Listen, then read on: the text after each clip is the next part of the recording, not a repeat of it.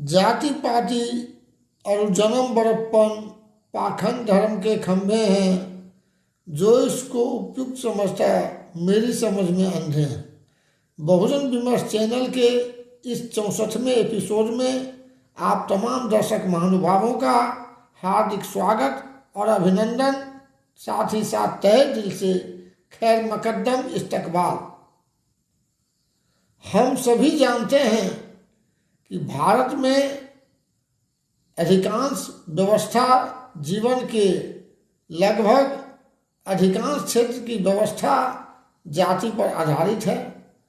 चाहे शादी विवाह का मामला हो, चाहे चुनाव का मामला हो, चाहे व्यापार का मामला हो, चाहे शिक्षा का मामला हो। हालांकि इधर कुछ दिनों से संविधान थोड़ा थोड़ा लागू होने के कारण इसमें कुछ हमें कमी दिखाई दे रही है, लेकिन बहुजन समाज पार्टी के संस्थापक युग पुरुष युगदृष्टा मानवर कांशीराम साहब एक बार बताए थे, जबकि इस देश में कांग्रेस और बीजेपी के अलावा कुछ कुछ ही पार्टी थी जो चुनाव लड़ती थी और राष्ट्र स्तर पर तो कोई उस तरह की पार्टी थी नहीं। उस दौरान मानवर कांशीराम साहब भारत का सोशल सिस्टम देखकर बताए थे कि इस देश में डोम और मुसहर चमार दुसा से डरता है, चमार दुसा धोबी से डरता है, धोबी नाई माली से डरता है, नाई माली कुर्मी कोरी से डरता है, कुर्मी कोरी यादव राजपूत से डरता है, यादव राजपूत ब्राह्मण भूमिहार से डरता है, ब्राह्मण भूमिहार कांग्रेस से डरता है और कांग्रेस नरसिंह राव के कब्जा में है और नरसिंह राव अगर डरता है तो कांशीराम से डरता है। मानवर कांशीराम साहब इस उद्धरण के द्वारा यह समझाने का प्रयास किए कि कांशीराम भारत की जो जाति व्यवस्था है उसके एक पक्ष का इस्तेमाल करके जातिवादी मानसिकता के लोग अपना उल्लू सीधा करते हैं और यहाँ के लोगों को समस्याओं के जाल में उलझाए रहते हैं। जब कुआलालंपुर में विश्व दलित सम्मेलन को मानवर कांशीराम साहब संबोधित कर रहे थे तो मानवर कांशीराम साहब बताए थे कि जाति व्यवस्था दो धारी तलवार है, दोनों तरफ धार है। अगर एक धार से मनुवादी व्यवस्था के लोग समाज को काटने का काम कर रहे हैं, समाज में भाईचारा नहीं बनने दे रहे हैं, तो हम उसको ताकत लगाकर मजबूती के साथ तलवार को झुका देंगे उनके तरफ जो समाज में भाईचारा नहीं बनने दे रहे हैं, और तब तलवार की धार जो है उन लोगों को काटेगी, उस शक्ति को काटेगी, अर्थात जाति व्यवस्था को मानवर कांशीराम साहब दो धारी तलवार बताए थे। मानवर कांशीराम साहब एक्सपेरिमेंटल पॉलिटिशियन थे और एक्सपेरिमेंट करते हुए, जाति का भी एक्सपेरिमेंट करते हुए, जाति का गणित जोड़ करके, जातीय समीकरण बैठा करके एक राजनीतिक पहचान बहुजन समाज को दिलवाए, समाज के ऐसे तबके को दिलवाए जिनकी कोई राजनीतिक पहचान नहीं थी। और केवल पहचान ही नहीं दिलवाए, अपनी बनाई हुई पार्टी को राष्ट्रीय पार्टी का दर्जा भी दिलवाए। अभी बिहार में चुनाव चल रहा है, एक फेज का चुनाव शांतिपूर्ण ढंग से, जैसा कि आम चर्चा है या मीडिया के द्वारा जानकारी दी जाती है कि शांतिपूर्ण ढंग से मतदान हुआ और मतदान में भारत के लोकतंत्र को मजबूत करते हुए लगभग 65% लोगों ने, राउंड फिगर में 65% लोगों ने अपना मताधिकार का प्रयोग किया। दूसरे चरण का चुनाव होना है, इसमें दो प्रमुख अलायंस के अलावा यानी इंडी ब्लॉक और एनडीए के अलावा बहुजन समाज पार्टी तीसरी नंबर की राष्ट्रीय ताकत है। वह भी चुनावी समर में है। लेकिन मीडिया के लोग बहुजन समाज पार्टी को अनदेखा किया करते हैं। मेन स्ट्रीम की मीडिया कोई तवज्जो नहीं देती है और बहुजन समाज पार्टी को जिसकी बेहतरी के लिए, जिसके कल्याण के लिए, जिसके भला के लिए बहुजन समाज पार्टी का निर्माण हुआ था, तो ऐसे अधिकांश लोग नहीं जानते हैं कि बहुजन समाज पार्टी क्या है, बहुजन समाज पार्टी के बारे में नहीं जानते हैं। लोग यह भी कहते हैं कि यह तो यूपी की पार्टी है, बिहार में इसका क्या करें।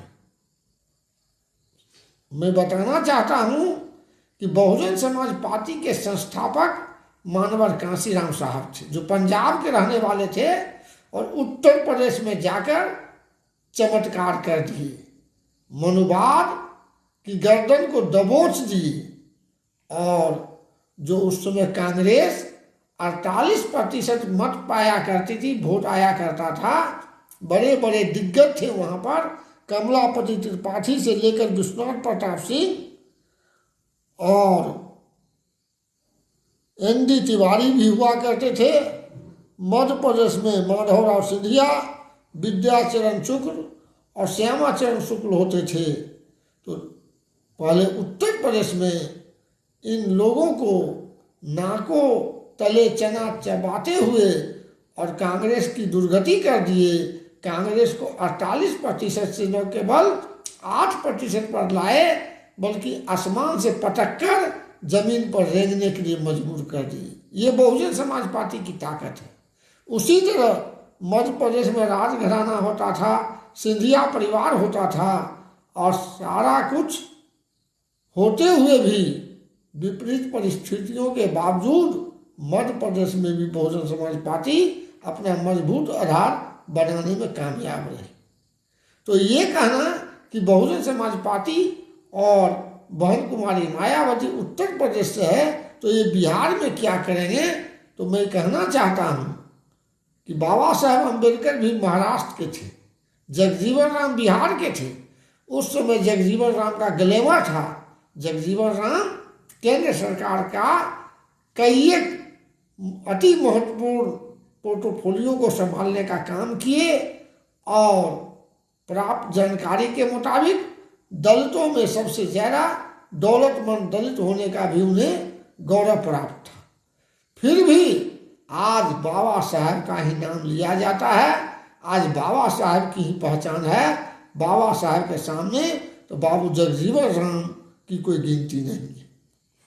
तो इसी तरह से हम यह नहीं देखेंगे कि बीएसपी कहाँ की पार्टी है। पार्टी तो जो लोग कहते हैं उनके मुंह पर तमाचा है कि बीएसपी उत्तर प्रदेश की पार्टी नहीं है, बीएसपी पूरे देश की पार्टी है। इसका आधार लगभग सभी प्रांतों में है और यह एक राष्ट्रीय पार्टी है। इस पार्टी में जाति के आधार पर पार्टी बनी थी, क्योंकि जाति के आधार पर अधिकांश लोगों को तंग तबाह किया गया था। तो बहुजन समाज पार्टी में जातीय प्राथमिकता तो नहीं होती है, लेकिन जातीय गोलबंदी हुई थी। ऐसी जातियां जिन्हें जाति के आधार पर तंग तबाह किया गया था, जिन पर अत्याचार किया गया था, तो ऐसी जातियों को भले ही गोलबंद किया गया, लेकिन बहुजन समाज पार्टी इंसाफ पसंद पार्टी है, न्यायप्रिय पार्टी है। यह किसी भी व्यक्ति के साथ जाति के आधार पर कोई नाइंसाफी नहीं करती। पार्टी में जो पार्टी का स्ट्रक्चर है, सुपर स्ट्रक्चर है, और हम उसको भी देखें तो यहाँ गांधी आजाद साहब थे, तिलक चंद अहिरवार थे, राजेंद्र कुमार थे टॉप लेवल पर, भगवती सागर हर बार उत्तर प्रदेश में जो धोबी बिरादरी के थे कैबिनेट मंत्री हुआ करते थे, तो नसीमुद्दीन सिद्दीकी थे, बाबू सिंह कुशवाहा भी थे, सतीश चंद्र मिश्रा भी थे। उत्तर प्रदेश में जितने भी ओबीसी पृष्ठभूमि के पॉलिटिशियन है, सब प्रोडक्ट हैं तो बहुजन समाज पार्टी का ही प्रोडक्ट है। इसके अलावा सबको मालूम है कि बहुजन समाज पार्टी बेहद अनुशासित पार्टी है। यहाँ पर दंगा के लिए, यहाँ पर अनुशासनहीनता के लिए कहीं कोई जगह नहीं है।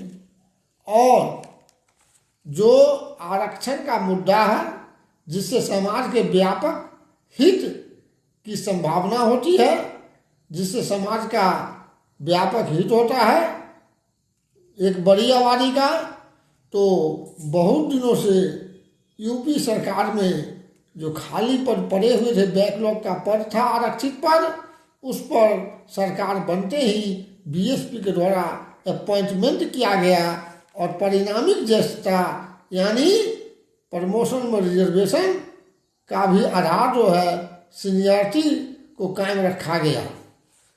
बिहार में हम देख रहे हैं और देख चुके हैं कि जो चल रहा रोस्टर सिस्टम था, चल रहा रोस्टर सिस्टम को लालू यादव परिवर्तित कर दिए लालू यादव की सरकार में, जिससे व्यापक तौर पर बड़े पैमाने पर एससी एसटी को डिमोशन का भी शिकार होना पड़ा। हम समाजवादी पार्टी को भी देख चुके हैं कि प्रमोशन और रिजर्वेशन का बिल जब लोकसभा में पेश किया गया था तो समाजवादी पार्टी का ही एक एमपी उसको फाड़ने का काम किया था। लोग कहते हैं कि बहन जी बीएसपी सुप्रीमो मैनेज होती है बीजेपी से, लेकिन मैनेज कौन है यह बताने की जरूरत नहीं है।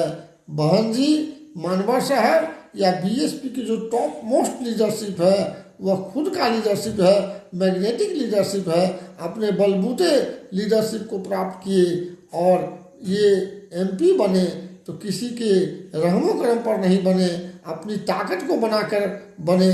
और अगर कोई समर्थन भी किया है तो इनकी ताकत के कारण किया है, इनके गुण के कारण किया है, न कि ये लोग किसी को खुशामद करने गए थे तो बिना खुशामद का ये हमें समर्थन मिला, हम किसी की खुशामद नहीं किए। लेकिन यहाँ के लालू यादव जी भले ही आज ये कहा जाता है कि आरएसएस का धुर विरोधी हैं, लेकिन जब एमपी बने थे छपरा से 1977 में तो उसमें आरएसएस की प्रमुख भूमिका थी। यानी आरएसएस और जनसंघ के सहयोग से ही लालू यादव की राजनीति के सफर की शुरुआत हुई थी। मुलायम सिंह यादव को हम देख चुके हैं, शुगर केन यानी ईख का जो घोटाला हुआ था उस घोटाला में उनका नाम था और उस घोटाला से अपने आप को बचाने के लिए किस कदर बीजेपी के साथ हाथ मिलाए थे। और जब 2019 का मोदी जी का कार्यकाल समाप्त हो रहा था और चुनाव होना था तो पार्लियामेंट के अंतिम सत्र में मुलायम सिंह यादव नरेंद्र मोदी जी को शुभकामना दिए थे, कहे थे कि मैं चाहता हूं कि आप पुनः प्रधानमंत्री के रूप में यहाँ आए। और